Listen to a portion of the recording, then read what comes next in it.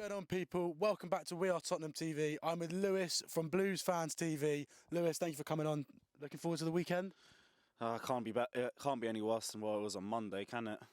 Well, it probably can, because you hate us more than United. So. Yeah, but your injury problems are about as bad as we are.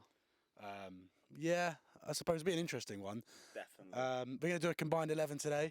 Lewis is with me Lewis is joining me rather for this. Lewis, do you want to start it off in goal? Who would you go for in goal for the weekend? I hate starting in goal this season because usually I could back Kepa, but right now he ain't even starting games. I think he should have started on Monday, but I don't think Caballero was that bad. Can't really blame him for either of the goals. But I think same way with this argument. You lot got Lloris back now, ain't you? Hugo. Yeah, so I don't really think there's an argument here. No, I agree. I think Hugo Lloris, despite the mistakes that he makes, I think he sort of saves us a lot of the time. First, he makes some absolutely fantastic saves. And I think especially since Jose has come in and since he's come back from injury, he saved us honestly countless amounts of times. The thing with Caballero, I don't understand, why do you start Caballero over Kepa? I think Kepa's a good goalkeeper and I think he's much better than Willy Caballero. Here's the thing, I think the last couple games have only just proven that whatever is wrong with our defence and why we're conceding so many goals, it's not Kepa's fault. Because we continuously make defensive mistakes and we just keep putting the pressure back on the goalkeeper. I don't think Kepa's a bad keeper. I think he's having a really poor season. I think he's lacking a lot of confidence. But I still don't think he's a bad goalkeeper. He got like the third highest clean sheets in the league last season. So I think he's got 5.5 years left on his contract still with us. There's still a good keeper there we got for a long period of time. And I think Lampard's just trying to motivate him. That's why he's taken him out of the first team for a couple games. He wants to see if he can bring something out of him because last couple months he hasn't looked like the same Kepa. So I kind of understand it, but Kepa needs to start for you guys. All right, so moving on to right back. I know, Lewis, you want to fight for right back because I want you're right back. Reece James is the man, the guy in the next couple of years. I promise you is going to be displacing Trent in the England squad. And the only way he's going to get into the England squad, Trent will be in the England squad, but he'll play DM because he's a quality player. But Reece James at right back, I promise you, the guy is the complete package. And in the next couple of years, you're going to see a demon at right back. I do rate Reece James. I do want to give a shout out to Serge Aurier though, because I think especially since Jose's come in, he's improved defensively and he has improved his all-round game. I think he's got one of the most assists for a defender in the league, one of the most successful tackle rates in the league for a defender as well. So I think despite the mistakes that he makes and the hot-headedness that he has, I think he deserves to be given some praise as well as the criticism that he gets. I do think that Reece James is a better right back. I watched him on Monday night, and despite your awful performance, I thought he was one of the brighter sparks in your team. But I do think Serge Aurier gets a lot of unfair criticism at times. No, I'll give you that. He has got a little bit. I've heard he's improved. Yeah, and he has improved his all-round game, and he is putting 100% in every week. So I do think that it shouldn't. I'll give you Reece James on this one. Nice. But Serge Aurier, it was tight. I think it's closer than you think. So No. I won't say Aurier's shit. I won't say he's shit. He's improved a lot for you guys since Jose's come in, but still, Reece James, I think he's a complete right back, and he's only going to get better and better. Okay, I'll give you that. So we've got Reece James at right back. Moving on, should we go to the left-hand side, left back? Do you want the left back? Because I'll just give it to you. Who is your? I mean, you've got it's Alonso or Emerson. I don't think Alonso should be near a car. Firstly, just putting that out there again. I prefer not to speak. Emerson's a good left back. Yeah, but I think he's injured as well. So all right, well, I'm not even sure. We've got Ben Davis and we've got Japhet Tanganga who can play in any position across the back four. The man is a beast. 20 years old, made his Premier League debut and first Tottenham appearance, other than Colchester against Liverpool at home. He was absolutely fantastic. He's fantastic every time he plays. He's a machine. So it's a tough one really between Ben Davis and Japhet Tanganga. I think. Ben Davis on Sunday was again come back in after 3 months out. Looked like he'd never been away. Again, it was a solid performance from him. So it's a difficult one. I'm going to give it to Tanganga of recent weeks for his performances. So Japhet Tanganga in at left back there. So we've got the right back, the left back, the goalkeeper, centre halves. What are you thinking? We both got dodgy defences, but we both got pretty good centre back. But both our defences are dodgy. I'll push Tomori in there because I think Tomori's the best defender we got. Where was he Monday night?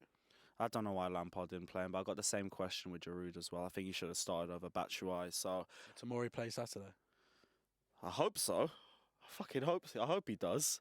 I'd put Tomori there. I think he's the most composed defender we have right now. I think Rudiger's the most experienced, but I think he's a little bit rash. I think Tomori, he's got a cooler head about him. So I'd push him in as our defender. I'm not sure you want to put in for yours. Well, I wouldn't normally over recent years I'd put in Jan Vertonghen, but he's lost his legs a bit getting on. He's like that old dog that you have that you just love, but isn't really got it in him anymore. Yeah. Toby Alderweireld, new contract. Again, has been really good in recent weeks. Redeemed himself on Sunday with that goal after scoring the own goal. Reliable defender, very good defender, a leader as well. And obviously we've got Davinson Sanchez, who is an absolute beast at times. Tell you what, I rate him on FIFA though. I'll give him that. Yeah. Yeah, quick defender. Very overpowered. Oh, and fast. Yeah. So it's a tough. So are we definitely putting Tomori in there? Definitely putting Tomori in there. Because I think Toby and Sanchez could be a good. No, No. Okay, we're not winning. You one. All right. Well, I'm going to go with Toby Alderweireld simply because I love Toby Alderweireld more than Sanchez. To be fair, there's just one Tottenham player I never really hated. It was Alderweireld. I thought he was a banging defender, especially in his prime. So yeah, put Alderweireld in there. Experience next to youth in that tomorrow. Yeah. Yeah, definitely. That'd be a okay. So that's the back four done. So we've got Lloris in goal, then the back four, the centre halves, Toby Alderweireld and Fikayo Tomori. Left back Japhet Tanganga and right back is Reece James. It's quite a good back four. Yeah, I like that. Really do like. It just depends on who we got going forward because both of our attacks are a myth right now. Speak for yourself. Well, we scored 3 goals on Sunday. Yeah, and the player who scored twice is now out for the rest of the season. Yeah, okay, we'll come to that. That's a way to make me feel bad. Thanks. So we'll go into central midfield. What formation? Hang on, we didn't even say what formation we're going to do. What formation should we do? 4-3. Well, that's you. It's because you love 4-3-3. What about 4-2-3-1? Both are really the same, to be honest. All right, we'll go 4-3-3 just to make Lewis happy. 4-3-3. So in central midfield, who would you put forward for first pick? Kante would be first name, but he's injured now, so I'm just throwing Kovacic in there. I think he's been one of our players of the season this season. I think you're probably putting Ndombele in there, ain't you? I'd actually put Giovanni Lo Celso in there. Over Ndombele? Well, we've still got another position to argue in this midfield, so... yeah, okay. Or even Dele.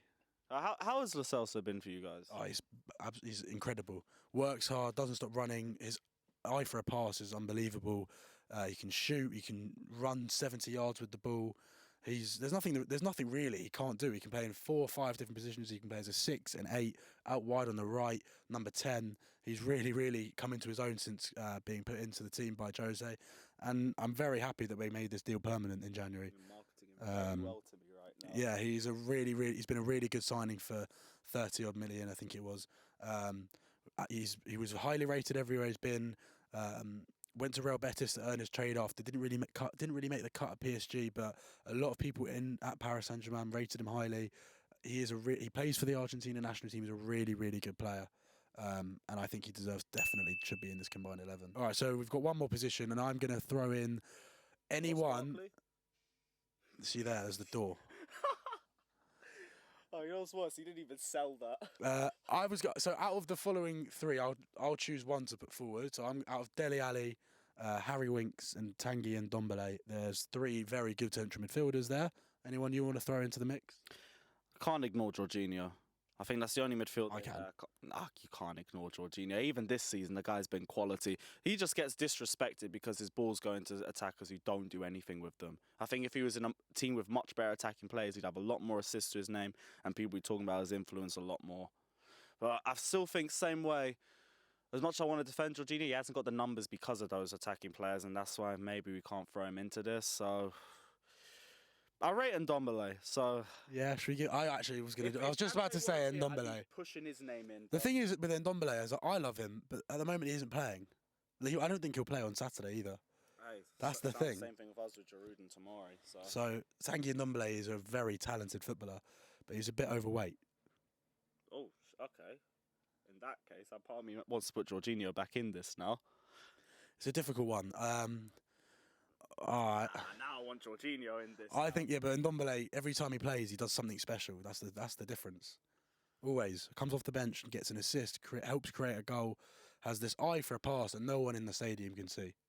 With Jorginho, his best thing is just getting the ball out of pressure for us. Because usually we get pressed to death, but the thing is Jorginho, he's got such a cool head compared to probably anyone else in the league. And I think that's the one thing that helps him out so well. Say he's like a Busquets type of player, but okay, you're pushing it a bit here. I'm not saying at that level. I don't want any of that shit coming my way. Lewis has just said Jorginho is like Sergio Busquets. like a type. Like, he's good at getting the ball out of pressure, but I'm going to just leave it at that because I know Busquets a madman. This is for Tottenham TV, so we're going to go with Tanguy and Ndombele, unfortunately. Fine, you're lucky it's your fucking video, not mine. So the three attackers, I mean, it's a bit difficult here because all our attackers are injured for both Spurs and Chelsea. Yeah, we got the guy you bought the flight for. Ah. So I think Willian should jump in this, especially after the last game we had. So do you want to start on the right then? You want to put forward Willian? Okay. Who would you play on the right? Well, who isn't in Lucas Moura. Oh, that jammy prick. He'll probably get a goal on Saturday, even though, just because he's probably the only player you got still playing. But who you got on the left? Because I'm thinking I might put Willian on the left. Left, I will be putting forward Steven Bergwijn or Son if we're doing. I mean, even though Son's not playing, so I'm going to put forward Steven Bergwijn. And Steven Bergwijn is not getting anyone ahead of him. Really?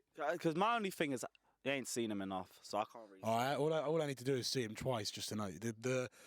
He is going to be a player. I can tell you now. He is superb.